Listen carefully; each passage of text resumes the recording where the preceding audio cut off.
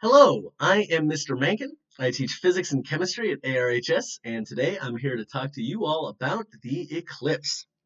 Let's start with some safety. Most important thing, never, ever, ever look directly at the sun, even if it's partially covered. So you should have all been issued these safety glasses, and it's a shame I can't see myself right now, because I bet I look really, really cool.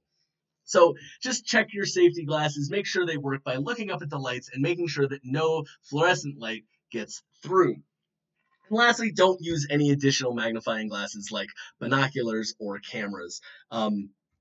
So let's talk a little bit about what a solar eclipse is. This happens when the moon is between the sun and the earth, and that casts a shadow on the earth. Now, what's really remarkable about this is that it is completely lucky chance, an incredible coincidence, right? That the moon is approximately 400 times smaller than the sun, while also being approximately 400 times closer to the earth, meaning that they take up the same angular distance in our vision. If the moon were just a little bit smaller, a little bit further away, there'd be no eclipses. This will be the case in 600 million years as the moon drifts further away from the Earth. And in fact, that drift has already started. And so a few million years ago, eclipses would have been a lot more frequent, which would have been pretty cool to see. So I'm projecting the sun here. I just put my goggles back on. And what I want you all to do is hold up your fist so that when you look at it, it just covers up the sun. Now, if you imagine that your face is the earth, your fist is the moon, and this is the sun, then that's what's happening during an eclipse. The moon is getting between the earth and the sun. Then if you move your fist just a little bit further away from you, you'll see kind of a ring of fire there. And that's what would happen during what we call an annular eclipse, which happens because the moon is a little bit further away from the earth. Its orbit is not perfectly circular, right? It is elliptical, not to be confused with an eclipse. So, some commonly asked questions here. A really good question is why we don't have an eclipse every month. And the answer to that is that the moon's orbit is tilted 5 degrees relative to what we would call the ecliptic plane between the sun and the earth, which means two things have to align themselves. The moon has to be both between the sun and the earth, and it has to be at just one of 2 points where it's in line with that plane. So most of the time the moon's shadow misses the Earth by just a little bit, right? It's either too high or too low. Sometimes the moon is close, but not quite there. It's in the ecliptic plane, but not all the way. It can be up to 17 degrees away, and you can get a partial eclipse. So that's our second question.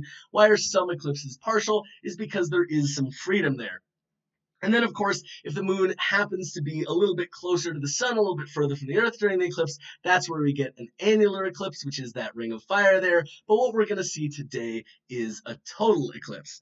And then, as for how often eclipses occur, well, the next eclipse in the continental US will be visible in about 20 years. However, if you were to just plant your feet in one spot and wait for another eclipse in that exact same spot, you would probably have to wait on average about 375 years.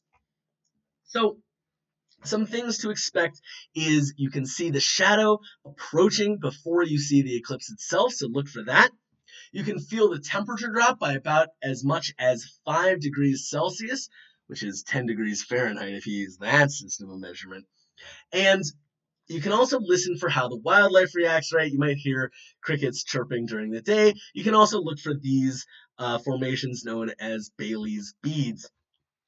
And what I want to point out is that all of this stuff is a little bit spooky, right? Day turns into night, it gets cold, the animals start freaking out, right? And so historically, eclipses were viewed as a bad omen, right? In ancient China, they believed that a dragon was eating the sun and they would bang on drums to scare away the dragon. In ancient Greece, an eclipse occurred during the middle of a battle, and fearing the wrath of the gods, they set down their arms and immediately negotiated a peace treaty. And in medieval France, King Louis the Pious saw an eclipse and, as the legend goes, got so stressed out that he actually died of fright. So maybe he was onto something. Maybe eclipses really do mean impending doom. But of course, Eclipses have not just been a vehicle for superstition, they've also been a great way to study science as well.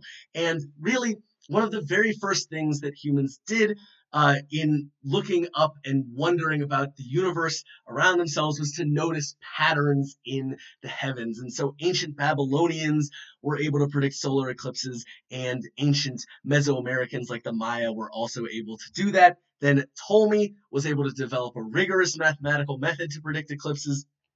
This was vastly improved by Newton's law of universal gravitation, which he published in 1687 in Principia, the greatest scientific text of all time. But it was an eclipse that disproved Newton's theory of gravity in favor of our current theory, which is Einsteinian general relativity. Now, this is really remarkable. In Newton's theory, gravity is a force that attracts masses to other masses. So gravity would be the force that attracts your mass down towards the Earth's mass. But in Einstein's theory of general relativity, masses simply cause a curvature of space-time around them. And that attraction is just a byproduct of that curvature. So in Newton's theory, light has no mass and shouldn't be affected by gravity. But in Einstein's theory, mass should cause light to bend. So what they did is they looked at the sky when it was dark due to an eclipse, and they noted the positions of the stars in the sky. What they found is that the stars appeared in different positions during the day when it was dark enough to see them compared to where they appeared during the nighttime. And the only conclusion that made sense is what Einstein predicted would happen, which is that the light from the star was bent around the sun, and we traced it back to a different position because the sun's mass bent space-time around it. So this is truly, truly remarkable. And as you look up at the eclipse today, I want you to think about all the people in the past who have looked at the eclipse and wondered about the nature of our universe, and really allow yourself to be awestruck by it. So thank you for watching.